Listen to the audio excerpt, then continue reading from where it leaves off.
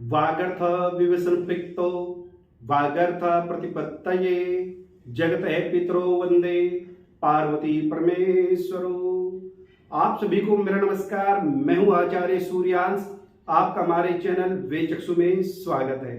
प्रिय दर्शकों, आज हम आपको बताने वाले हैं आपकी कुंडली में कौन से वो ग्रह हैं जो आपको सुख ऐश्वर्य की प्राप्ति कराएंगे, धन संपदा की प्राप्ति कराएंगे और राजयोग का फल प्राप्त कराएंगे। राजयोग वो होता है जो व्यक्ति के पास हर प्रकार से सुख सुविधाएं उपलब्ध होती है, राजा की तरह जीवन जीता है और राजा की तरह वह व्यक्ति जीवन जी सकता है जिसके पास गाड़ी भी हो, धन भी हो, वाहन भी हो और नौकर चाकर भी हो, प्रॉपर्टी भी हो।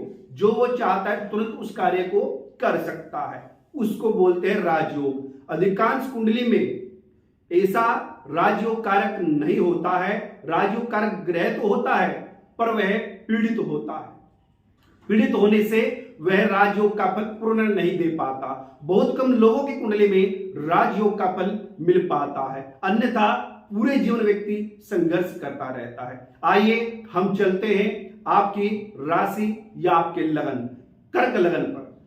कर्क लगन वाले व्यक्ति जो है वो ध्यान पूर्वक इस वीडियो को देखिए और सुनिएगा। यह आपके लिए बड़ी महत्वपूर्ण है, क्योंकि क्या आपकी कुंडली में राजयोग है या राजयोग का फल देने वाले वो ग्रह कौन से हैं और किस स्थिति में है, क्या वह शुभ स्थिति में है या फिर अशुभ। अगर अशुभ स्थिति में है फिर आप भूल जाइए कि आपको जीवन में कुछ तरक्की आप कर पाएंगे या बदलाव ला पाएंगे। अगर आपकी कुंडली में वो राजयोग कारक ग्रह मजबूत स्थिति में है, प्रबल है, तब वह ग्रह अपनी दशा अंतरदशा में आपको बड़ा चेंजिंग आपकी लाइफ में लाने वाले हैं, बदलाव लाने वाले हैं। प्रिय दर्शकों, इससे पहले कि मैं अपनी बात प्रारंभ करूं, आप हमारे चैनल को सब्सक्राइब कीजिए, वीडियो को लाइक और शेयर कीजिएगा।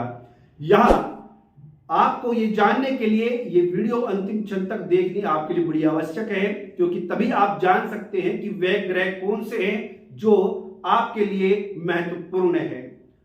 प्रिय दर्शकों, कर्क लगन या कर्क राशि दोनों पर ही देखा जाएगा, क्योंकि फलादेश निकालने का तात्पर्य होता है जैसे लग्न शरीर है तो चंद्रमा आत्मा है।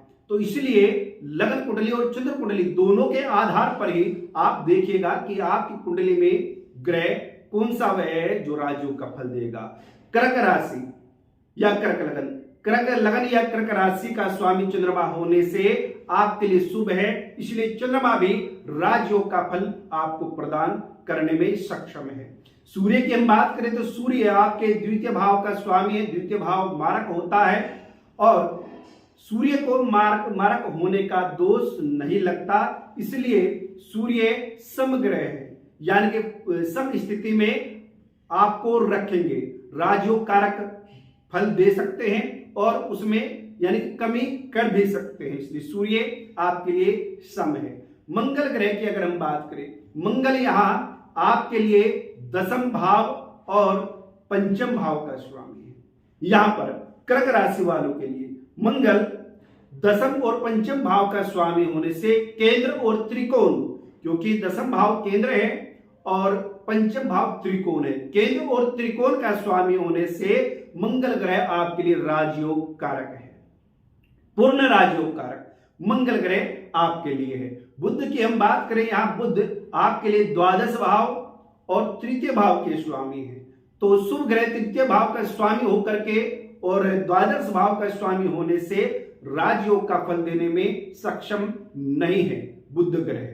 बृहस्पति की अगर हम बात करें, बृहस्पति आपकी कुंडली में षष्ठ भाव के स्वामी है और साथ ही साथ नवम भाव के स्वामी भी है। यहां षष्ठ भाव के स्वामी होने से बृहस्पति को दोष लगता है और नवम भाव का स्वामी होने से शुभ है, इसलिए बृहस्पति भी सम स्थिति में है। शुक्र की अगर हम बात करें, शुक्र आपकी कुंडली में इनकम भाव के स्वामी है और साथ ही साथ चतुर्थ भाव के स्वामी भी है। यहां पर चतुर्थ भाव के स्वामी होने से, क्योंकि शुक्र ग्रह शुभ ग्रह है और चतुर्थ भाव के स्वामी है, केंद्राधिपति दोष लगता है, इसलिए पूर्ण राजयोग फल नहीं देंगे। यहां पर अगर शनि की हम बात करें, आपकी कुंडली में शनि सप्तम और अष्टम भाव का स्वामी है। तो यहाँ पर सप्तम भाव मारक है और अष्टम हानि का होता है, इसलिए शनि भी आपके लिए राजयोग कारक नहीं है। ऐसा नहीं मैं कहता प्रिय दर्शकों कि ग्रह अपना फल नहीं देंगे, पर यह बात राजयोग की हो रही है कि राजयोग का फल कौन सा ग्रह दे सकता है। तो यहां पर 7 ग्रहों में अगर देखा गया है, मंगल और चंद्रमा ही एक ऐसे ग्रह हैं जो आपके लिए महत्वपूर्ण है, राजयोग कारक ग्रह है। आपकी कुंडली में मंगल और बृहस्पति अगर एक साथ बैठे हैं, वह भी राजयोग का फल दे सकते हैं, और चंद्र और बृहस्पति भी अगर एक साथ बैठे हैं तब भी राजयोग का फल मिलेगा। अकेला मंगल आपकी कुंडली में राशि में, अकेला मंगल मकर राशि का हो या उच्च राशि में शुभ स्थिति में हो, तब समझ लीजिए कि आप राजा की तरह जीवन जीने वाले हैं। अगर मंगल शुभ स्थिति में है और चंद्रमा अमावस्या के आसपास का ना हो और पूर्णिमा का आपका जन्म हो, पूर्णिमा के साथ का जन्म हो, तो समझ लीजिए जीवन में राजयोग का फल मिलने वाला है। यहां मंगल चंद्र की युति भी आपके लिए बहुत बहुत बदलाव करने वाली है, आपके जीवन को बेहतर बनाने वाली है। तो इसलिए अपनी कुंडली में आप इन 2 ग्रहों को अवश्य देखिएगा कि मंगल और चंद्रमा की क्या स्थिति है। अगर ये ग्रह पीड़ित है तो इनको आपने ठीक करना है। ये ग्रह आपके लिए अशुभ नहीं है, आपके लिए शुभ फल देने वाले हैं। इन ग्रहों को प्रबल करना आपका कर्तव्य बनता है, तभी आपको राजयोग का फल मिलेगा, जीवन आपका बेहतर होगा। प्रिय दर्शकों, यही ग्रह जब अपनी दशा या इनकी दशा प्रारंभ होगी या इनके मित्र ग्रह की दशा प्रारंभ होगी, उस अवस्था में आप देखेंगे कि आपको बिना ज्यादा परिश्रम के सहज में ही धन लाभ प्राप्त होने लगता है और आपको आपका जीवन एक लग्जरी जीवन हो जाता है। प्रिय दर्शकों, आज के लिए इतना ही। जैसा कि हमने बताया कि राजयोग कारक ग्रह आपका कौन सा है, उसी प्रकार भविष्य में भी हम आपकी मंगल कामना के लिए अनेकों जानकारी देते रहेंगे। आप हमसे जुड़ने के लिए हमारे चैनल को सब्सक्राइब कीजिएगा, वीडियो को लाइक और शेयर कीजिए। नमस्कार, प्रणाम।